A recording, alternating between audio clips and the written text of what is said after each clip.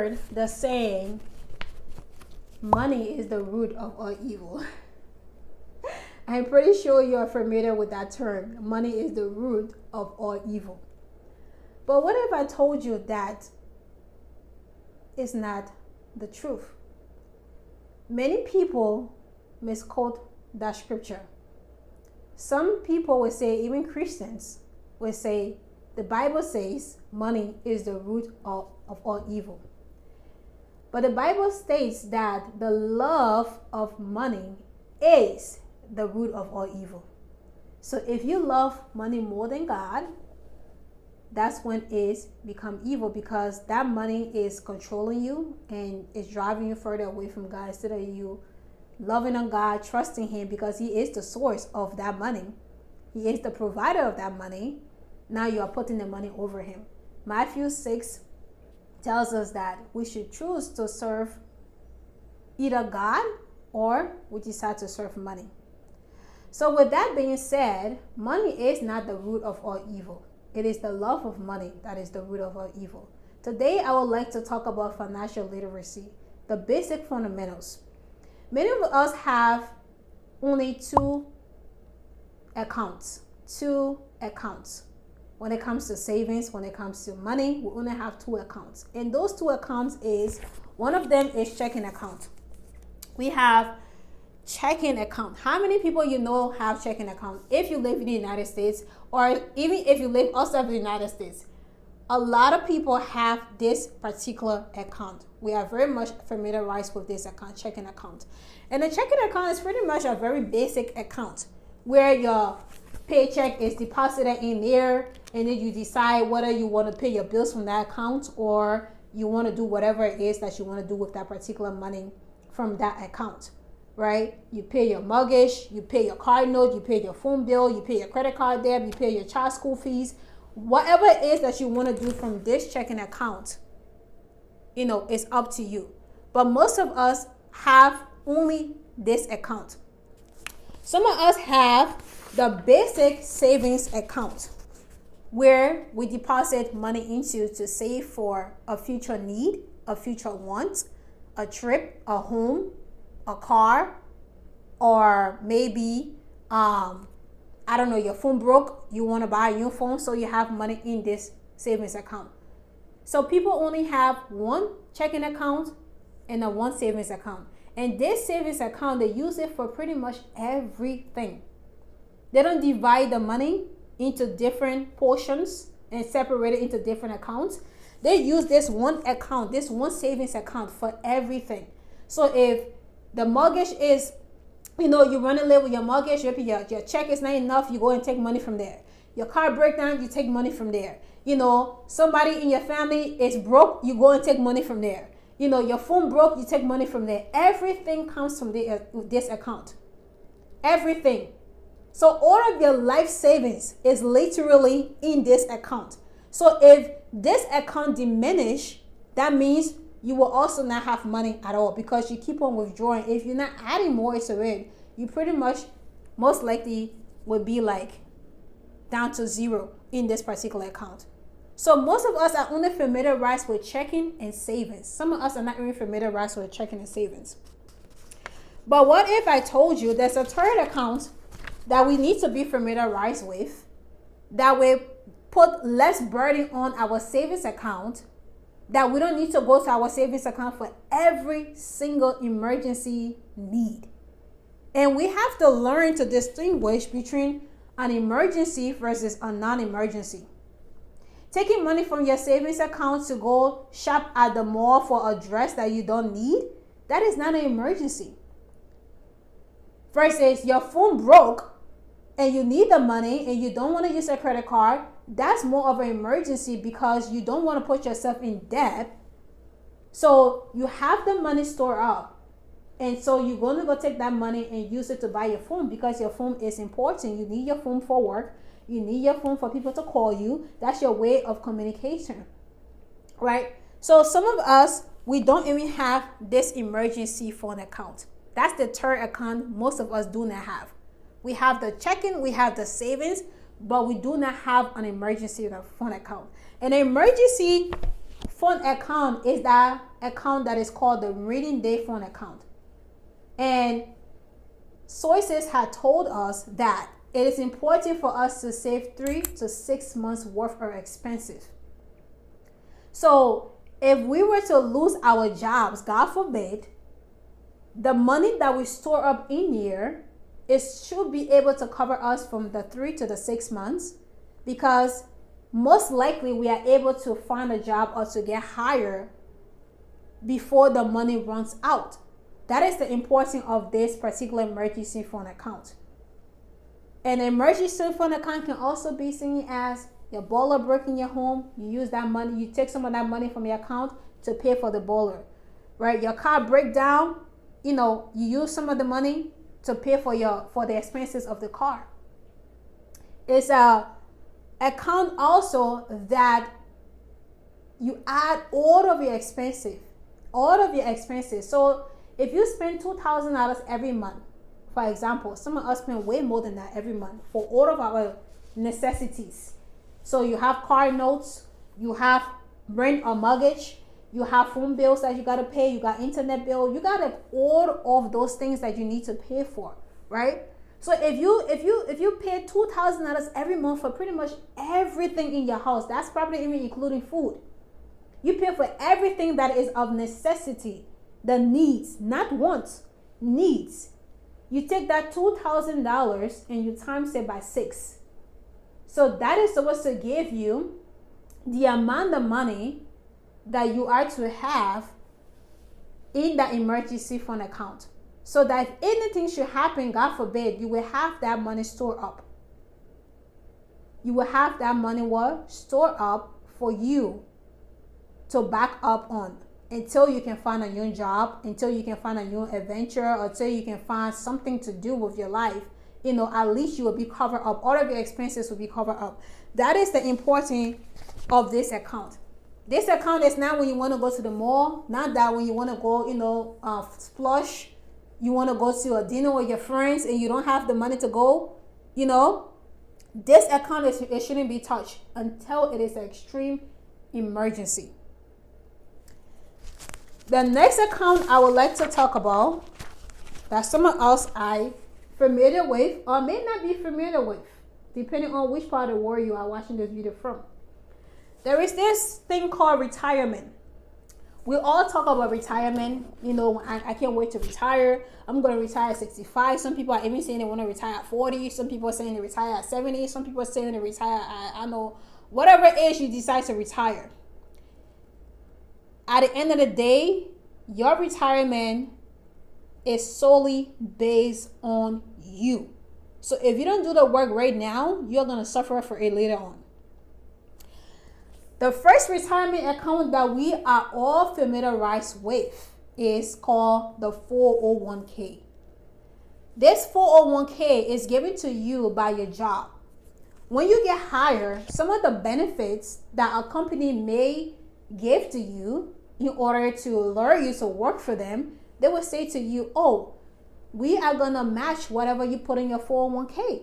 And since it's a retirement fund account, if you put $200 in there every single week or maybe bi-weekly, they will match that amount by maybe 4% if that's what they are giving to you. Maybe they'll match it by 5%. Whatever amount you decide to put in there every single month, the company is also going to match it, because that means that they're adding money to your retirement fund account.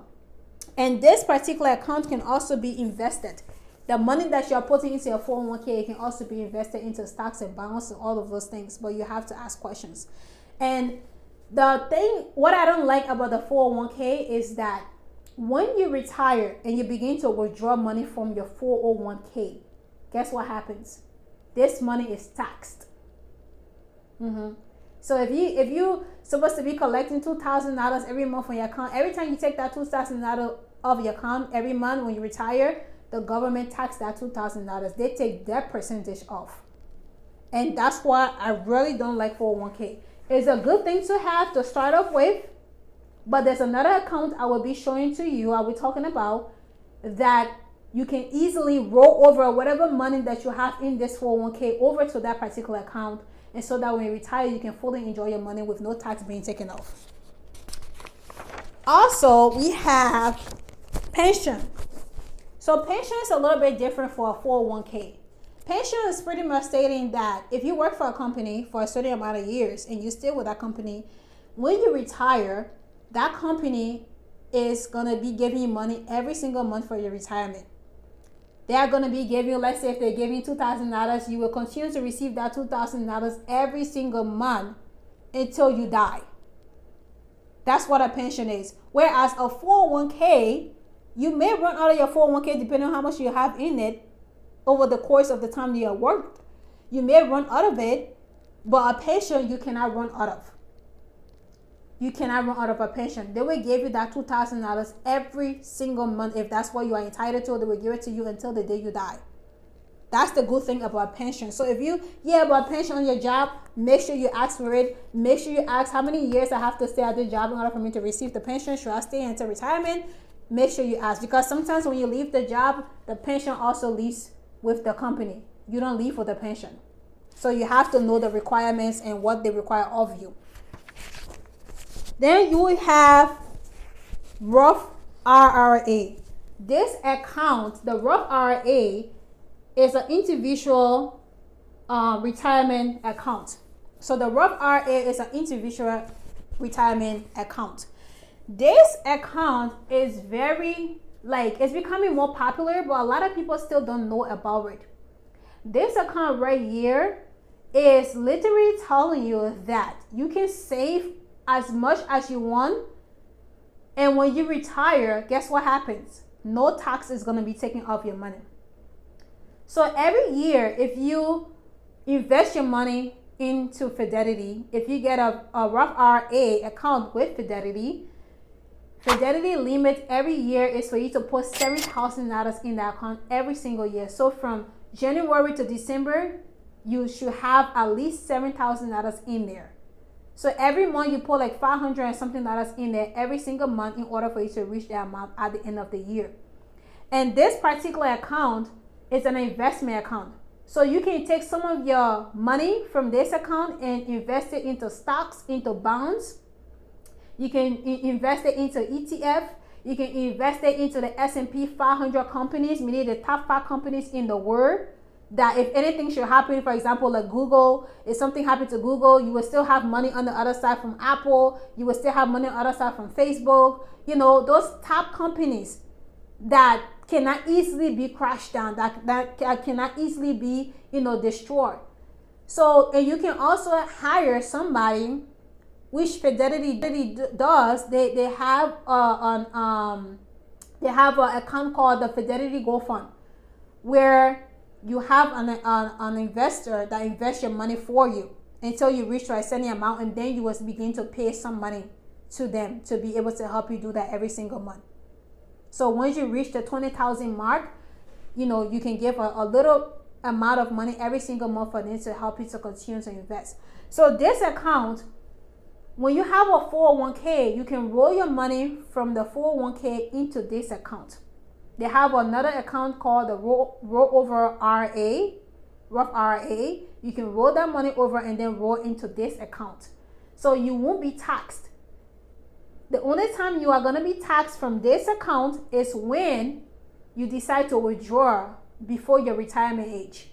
So you can only withdraw money when you hit the age of 59 and a half. That's the time you can start to withdraw money from this account. But this is the best account to have, because if your money is not just sitting there, but it's also growing, it's getting interest, it's getting dividends, and you have the potential to become easily a millionaire if you begin to invest early into this particular account. The next account that talks about retirement, that relates to retirement, is the basic also Social Security. So Social Security is pretty much what the government takes from your check every single month, or every paycheck you get. So if you get paid twice a month or every week in the month, the government automatically withdraw a certain amount of money and put it towards your Social Security account, so that when you retire, you will also have something to fall back on. However, the way our world is going, the way everything is going, you don't just want to have only a Social Security account. Some people say, yeah, I have Social Security, it will take care of me. Or I have a 401k, it will take care of me. Because the amount of money that Social Security may give you every month would not be enough to cover your expenses, considering how things have become so expensive even now in our generation. Think about 10 years from now. Think about 20 years from now. Who knows if there will even be a Social Security? That's why it's better for you to put your money into a Roth IRA where it can be invested into different stocks and everything. So that way you will know that your money is growing, and in returns, you will be able to reset those stocks at high value and earn more money from there, and you'll have a comfortable living when you retire. Also, the last thing I would like to talk about is what a lot of people run away from. Life insurance. Life insurance. This particular one right over here is something that a lot of people run away from, especially we Africans, people who come from, different backgrounds, whether you are Puerto Rican, whether you are Hispanic, pretty much the minority. We shy away from life insurance because when someone talk about life insurance, we automatically assume that they are giving us a death sentence, when it is not so. What if I told you that if you get a life insurance right now, right? Let's say that life insurance is worth $500,000. God forbid you pass. Your family can use that money not just to bury you, not just to pay for the cost of your funeral and all of the proceedings that follows that. What if I told you some of that money can be left behind for your children? Some of that money can be left behind to fund your children's education if you, God forbid, die earlier. Some of that money can be left to pay off your debts. Some of that money can be left over to take care of your wife and your kids. Some of that money can be left over to do so many other things. So it's a way of investing and not giving your family the burden and the disgrace of going around begging everybody to give $100 here, give $25 here, $500 on the side, $100 on the side. You will relieve your family of distress. Because how many people funerals have you gone to? Or even the wake you have gone to and you heard that they didn't leave nothing behind. Leaving something behind don't mean you have to leave a property. Leaving something behind doesn't mean you have to leave, a bunch of cars or whatever. But when you get this, a life insurance, which if you get it earlier, your premium every month, how much you're supposed to pay every month is way lesser than when you get older. The older you get, the more expensive life insurance becomes for you. The younger you are, the better it is for you because your monthly payment is a lot lesser than when you get older. So some people wait until they're in their 50s to get life insurance because they feel like, okay, I'm getting older now. Some people wait until they're in their 60s or even in their 70s before they get life insurance. Guess what? If you get life insurance in your 60s or 70s, God forbid, what if you die before that time? There will be no money left to bury you. Money will be having to come from everywhere. Everybody is begging to be able to put that funeral cost together. Whereas some people, you go to their funeral or the wake or whatever, you see that the family is just emotionally grieving. They are not financially stressed. They are not financially, upheld. They know what they got. They know what they are sending on because that family member decided that it was important to leave a life insurance behind. And for us who have children, young people, if you are in your 30s, your 20s, and you have children, get a life insurance. You don't have to tell anybody about that life insurance. All you have to do is to put a beneficiary on there, whether it be your kids or whoever you decide to put there. Put that there. God forbid, anything should happen to you. Anything should happen to you if you were to pass. that money is going to go strictly for your kids. A certain amount of money will go to your kids, and some of it will be left over to bury you. So that way you're not leaving your kids emotionally drained and also physically drained. But you knew that, okay, I'm taking care of my child. I'm taking care of my children. So a life insurance is not a bad thing to get. It's not a bad thing to get. Please consider getting a life insurance. It's very, very, very important that we get a life insurance. Don't leave your family behind with the stress of thinking about how to bury you. Don't leave your family behind or your children behind. For the older adults, don't leave your children behind thinking about how I'm going to bury mommy, how I'm going to bury daddy, because you did not get a life insurance, because you thought that life insurance was an automatic death sentence. Somebody was trying to kill you automatically. It's just ignorance. It's a way of thinking that we all should deviate from. So those are the accounts and money. So those are the accounts, and the things that has to do with money that I wanted to share with you guys today. Money is important, guys. Money is important. However, where we use our money can affect us on a daily basis. It can affect us in totality. If you don't know how to manage your money, it's going to manage you. If you don't know your needs versus your wants will always overtake your needs. Some of us, we are so much aware of our wants and we're not aware of our needs. We always need to take care of our needs first. The most important thing, you know that you cannot you cannot live without a house. You cannot live without a car, especially if you're in the United States. You cannot live without your cell phone. So you need money. You can't live without food. I can tell you how many young people will go on trips outside of the country. They come back and they are extremely broke. Their rent is due, it's overdue, it's even overdue again. They can't pay their rent. Their car note is overdue. They can't pay their car note because they did not set themselves up financially. Working is good. Working all the doubles, the triple, the whatever is great. But are you putting money aside into these investment accounts that I just told you about? Are you saving probably for retirement? Are you saving for your future? Do you have life insurance on you so that one day, God forbid, if you pass, your family or your kids don't have to suffer the consequences of thinking about how to bury you? So think about it. Is money truly the root of all evil? Or will we go with the Bible saying that the love of money is the root of all evil? The Bible also says that money is answerable to all things.